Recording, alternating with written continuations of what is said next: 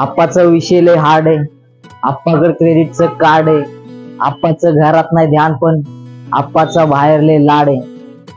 Hi hello नमस्कार, मी प्राची केदारी. तुम्हा सर्वांचं न्यूज लोकलच्या डिजिटल प्लॅटफॉर्म मध्ये मी स्वागत करते. आणि सध्या सोशल मीडियावरती एक रॅप सॉन्ग प्रचंड धुमाकूळ घालते, ते म्हणजे आप्पाचा विषय लय हार्ड आहे. परंतु हे लिहिण्याचं काम केले पुण्यातील एका 24 वर्षीय तरुणाने, अर्थातच पिशी भोसले म्हणजेच वरदान.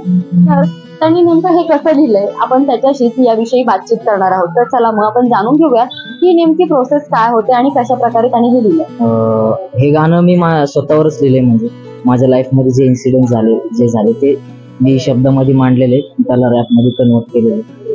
सो असं आहे.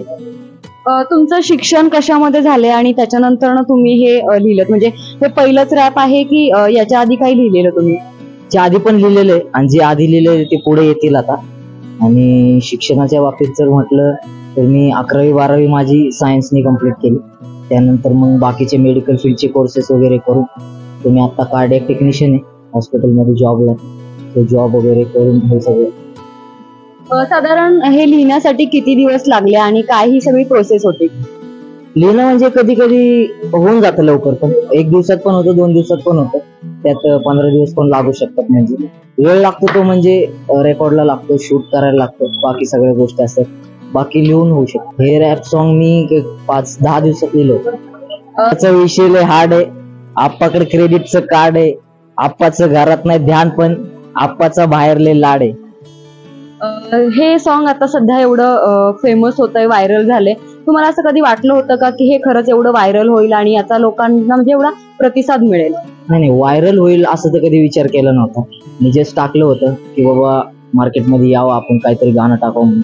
व्हायरल होईल असं तर विचार केला नव्हता, पण पब्लिकने त्याला उचलून धरलं आणि ते आता ग्लोबल गेलेले, त्यात काय वाद नाही. म्हणजे याच्यापूर्वी हे लिहिण्याची ही जी प्रोसेस होती, ती सगळी प्रोसेस कशी होती? याच्यामध्ये मग कोणाची तुम्हाला मदत झाली किंवा कसं?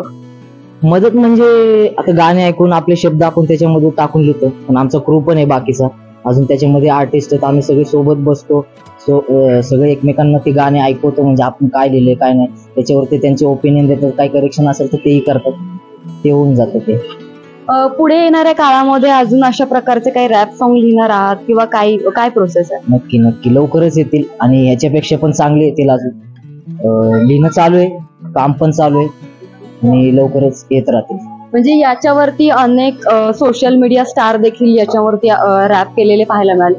परंतु हे सगळं व्हायरल झाल्यानंतरच्या काय भावना आहेत? म्हणजे हे सगळं सक्सेस असेल किंवा हे सगळे प्रसिद्धी मिळतीये, त्याच्यानंतर काय भावना आहेत एकूण मनामध्ये तर खूप छान वाटतंय. म्हणजे की बाबा मराठी रॅप एवढं पुरं जातंय, मराठी हिपहॉप म्हणजे माणसांनी उचलून धरलं आणि ज्या प्रकारे व्हायरल झाले त्या प्रकारे बाबा घरच्यांना पण आपल्यामुळे ओळखतात, ते आपल्या मित्रांना पण आपल्यामुळे ओळखतात. याच्यामुळे खूप छान वाटतंय आणि आपल्याला पण बाहेर म्हणजे ओळखतात, ते मोठ्या ठिकाणावरून म्हणजे इन्व्हिटेशन येतं, खूप छान वाटतंय. म्हणजे तुम्ही जो विषय घेतला सुरुवातीचं गाण्याचं हेडिंग असं की आप्पाचा विषय लय हार्ड, परंतु हा शब्द तुम्हाला कसा सुचला किंवा हा का? म्हणजे आप्पा म्हणजे पुण्यामध्ये हे नेम कॉमन आहे नाही का.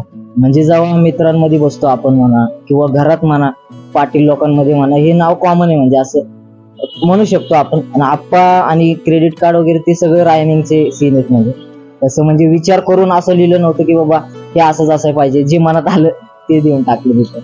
तरी ही सगळी प्रोसेस जी होती ती किती कालावधी लागला आणि कशी होती? म्हणजे कम्प्लीट 1 ते 1.5 महिना गेला याच्यासाठी, पूर्ण रेकॉर्ड शूट वगैरे करून गेला.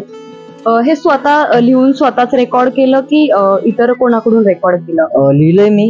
स्टुडिओ आहे, कलाकार म्हणून एक आर्टिस्ट आहे, त्यांचा स्टुडिओ आहे ईस्ट साइड स्टुडिओ म्हणून, त्यांच्याकडे रेकॉर्ड केलं. आमचा प्रोड्युसर आहे हॅम्प म्हणून, त्यांनी हे गाणं प्रोड्यूस केलेलं आहे. त्याची म्युझिक असेल काय असेल सगळं त्यांनी केलेलं आहे. येणाऱ्या पुढच्या काळामध्ये अजून कशा प्रकारचे रॅप सॉन्ग बघायला मिळतील? वेगवेगळ्या प्रकारचे बघायला मिळतील, पण ह्याच्यापेक्षा चांगले असतील आणि असाच प्रतिसाद मला नक्की भेटतील, पब्लिक कडून भेटेल अशी मला गॅरंटी. पण नक्की पुढचे येणारे ट्रॅक्स ह्याच्यापेक्षा पावर असतील. आपा इधर अकेलीच पूरा मार्केट उठा रे, समझ नहीं आ रहा फिर भी समझना चाह रे, लोग कौन है रे, नजर नहीं मेरे को क्यों आ रे, नजर कैसे आएंगे मेरे लिए, मर गए ले सारे, माझे डेंजर रे, लाईट सारे अंधे होते जा रे, फक दॅट ऑल बीच मेको बॅड लक लगा रे, आता भूत झालो मी ह्यांच्यावरती, दुनियाचा भारे, काम करता एक आणि दाखवता चारे, डोक्याला कारे, पाठीवरती वार तरी वातावरण गारे, आपण नंगी तलवारे, विचार माझे शुद्ध बुद्ध डोक्यावरती स्वारे, डीपी बटरा सिस्टॉलिक दो सोके पारे, कारण वाय बस खून खारे, तोंडावरती बोलून बात संपवतो विषय डायरेक्ट आर नाही तर पारे. काय